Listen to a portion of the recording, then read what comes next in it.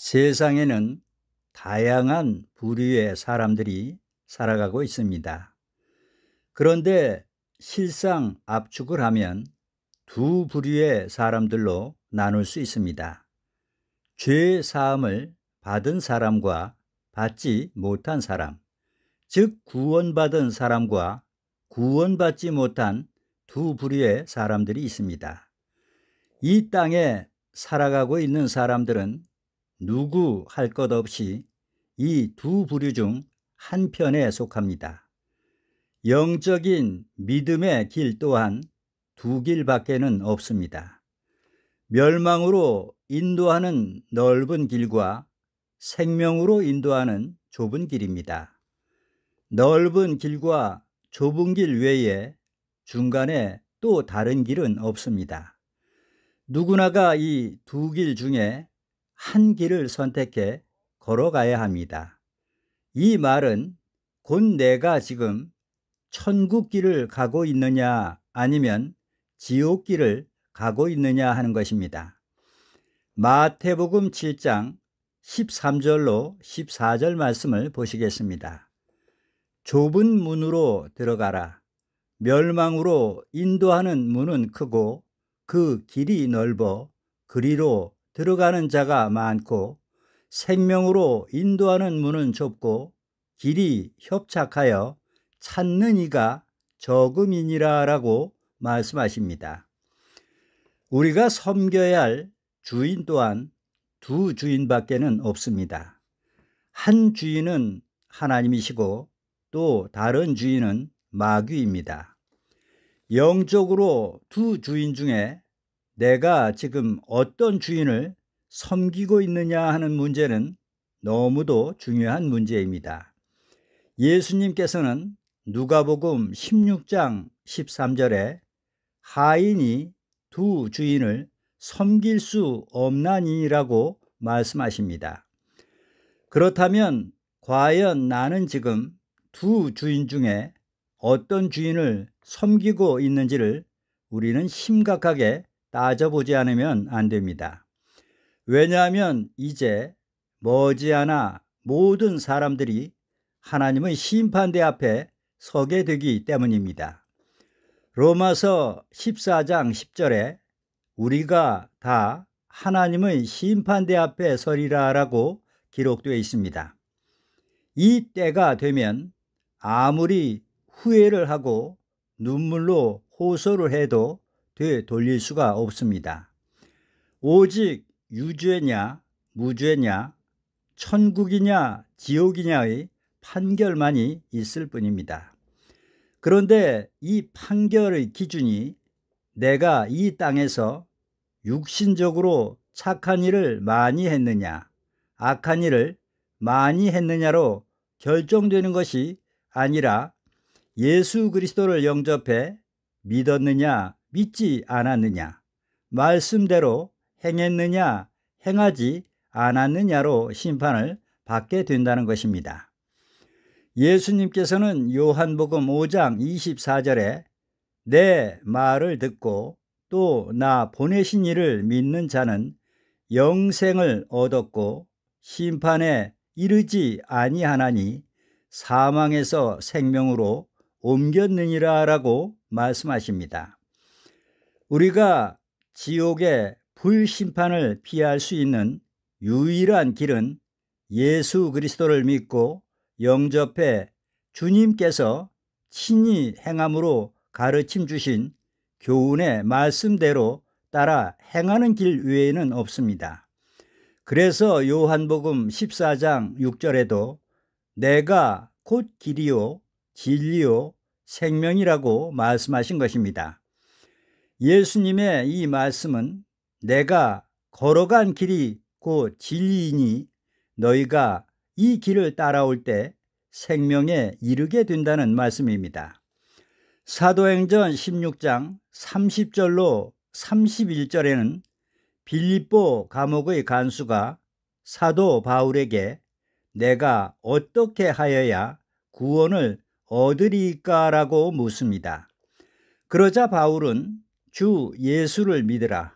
그리하면 너와 네 집이 구원을 얻으리라라고 알려주고 있습니다. 하나님께서는 노아 홍수 때에 인류를 물로 심판하실 때에도 오직 두 부류의 사람들밖에는 없었습니다. 방주 안에 들어간 사람들과 방주 밖에 있던 사람들입니다. 그런데 그들이 죄가 많으냐 적으냐, 흔한 말로 착했느냐 악했느냐가 문제가 되지 않았습니다.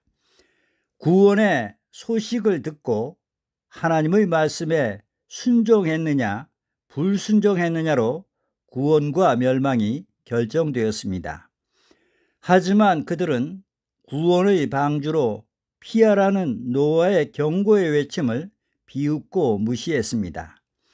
막상 홍수가 쏟아져 온 땅에 물이 차오르자 사람들은 높은 산 봉우리로 피해 올라가 눈물을 쏟으며 후회하고 애통해했지만 그 눈물의 기도는 그들을 구원해 주지를 못했습니다. 그 결과 모든 인류가 홍수 심판으로 멸망을 당하게 된 것입니다. 이유는 단 하나, 방주로 들어가기를 거부했기 때문입니다. 마지막 때 역시도 유일한 피난처요 구원의 방주가 되시는 예수 그리스도를 믿고 영접하지 않아 결국 심판을 받아 지옥 불 속에 떨어지게 되는 것입니다. 그러기에 히브리서 2장 3절에 우리가 이같이 큰 구원을 등한히 여기면 어찌 피하리요라고 경계의 말씀을 주고 있는 것입니다. 이는 하나님의 무서운 심판을 결코 피할 수 없다는 경고의 말씀입니다. 고린도후서 6장 2절에는 보라 지금은 은혜 받을 만한 때요 보라 지금은 구원의 날이로다라고 기록되어 있습니다. 그런데 노아의 때와 같이 지금 이 마지막 시대에도 하나님께서는 속히 바벨론에서 나와 시온으로 도피하라고 말씀하십니다. 지체하지 말라고 말씀하십니다. 예레미야 4장 6절에 시온을 향하여 기호를 세우라, 도피하라, 지체하지 말라고 기록되어 있습니다. 왜 지체하지 말라고 말씀하셨겠습니까? 이제 곧 하나님의 무서운 불심판이 내리게 되기 때문입니다. 요한계시록 18장 4절에는 내 백성아 거기서 나와 그의 죄에 참회하지 말고 그의 받을 재앙을 받지 말라. 10절에는 화 있도다 화 있도다 큰 성 견고한 성 바벨론이여 이 시간에 네 심판이 이르렀다 하리로다 라고 예언되어 있습니다. 예수님께서는 마태복음 24장 37절로 39절에 노아의 때와 같이 인자의 임함도 그러하리라. 홍수 전에 노아가 방주에 들어가던 날까지 사람들이 먹고 마시고 장가들고 시집가고 있으면서 홍수가 나서 저희를 다 멸하기까지 깨닫지 못하였으니 인자의 임함도 이와 같으리라. 누가복음 21장 34절로 35절에는 그 날이 덫과 같이 너희에게 임하리라. 이 날은 온 지구상에 거하는 모든 사람에게 임하리라 라고 말씀하십니다. 마태복음 24장 40절로 44절 말씀을 보시겠습니다. 그때에 두 사람이 밭에 있음에 하나는 데려감을 당하고 하나는 버려둠을 당할 것이요 두 여자가 매를 갈고 있음에 하나는 데려감을 당하고 하나는 버려둠을 당할 것이니라. 그러므로 깨어 있으라. 어느 날에 너희 주가 임할는지 너희가 알지 못함이니라. 너희도 아는 바니 만일 집주인이 도적이 어느 경점에 올 줄을 알았다면 깨어있어 그 집을 뚫지 못하게 하였으리라. 이러므로 너희도 예비하고 있으라. 생각지 않은 때에 인자가 오리라라고 말씀하십니다. 이제는 홍수 심판이 아닌 하나님의 마지막 불심판의 날이 점차 가까이 다가오고 있습니다. 베드로후서 3장 6절로 7절에 이로 말미암아 그때 세상은 물의 넘침으로 멸망하였으되 이제 하늘과 땅은 그 동일한 말씀으로 불사르기 위하여 간수하신 바 되어 경건치 아니한 사람들의 심판과 멸망의 날까지 보존하여 두신 것이니라 라고 예언되어 있습니다. 이 얼마나 두려운 말씀입니까? 그러나 그리스도를 믿고 영접한 새 언약의 자녀들은 결코 정죄함이 없습니다. 이미 사망에서 생명으로 옮겨졌기 때문입니다.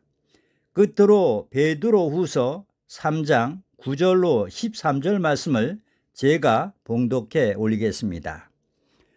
주의 약속은 어떤 이의 더디다고 생각하는 것 같이 더딘 것이 아니라 오직 너희를 대하여 오래 참으사 아무도 멸망치 않고 다 회개하기에 이르기를 원하느니라. 그러나 주의 날이 도적같이 오리니 그 날에는 하늘이 큰 소리로 떠나가고 체질이 뜨거운 불에 풀어지고 땅과 그 중에 있는 모든 일이 드러나리로다. 이 모든 것이 이렇게 풀어지리니 너희가 어떠한 사람이 되어야 마땅하뇨.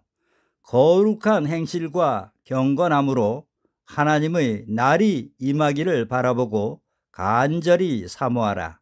그 날에 하늘이 불에 타서 풀어지고 체질이 뜨거운 불에 녹아지려니와 우리는 그 약속대로 의의 거하는 바 새 하늘과 새 땅을 바라보도다라고 기록되어 있습니다. 아멘.